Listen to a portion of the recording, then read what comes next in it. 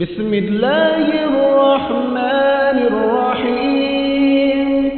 القارعة ما القارعة وما أدراك ما القارعة يوم يكون الناس كالفراش المبثوث وتكون الجبال كالعهن المنفوش فأما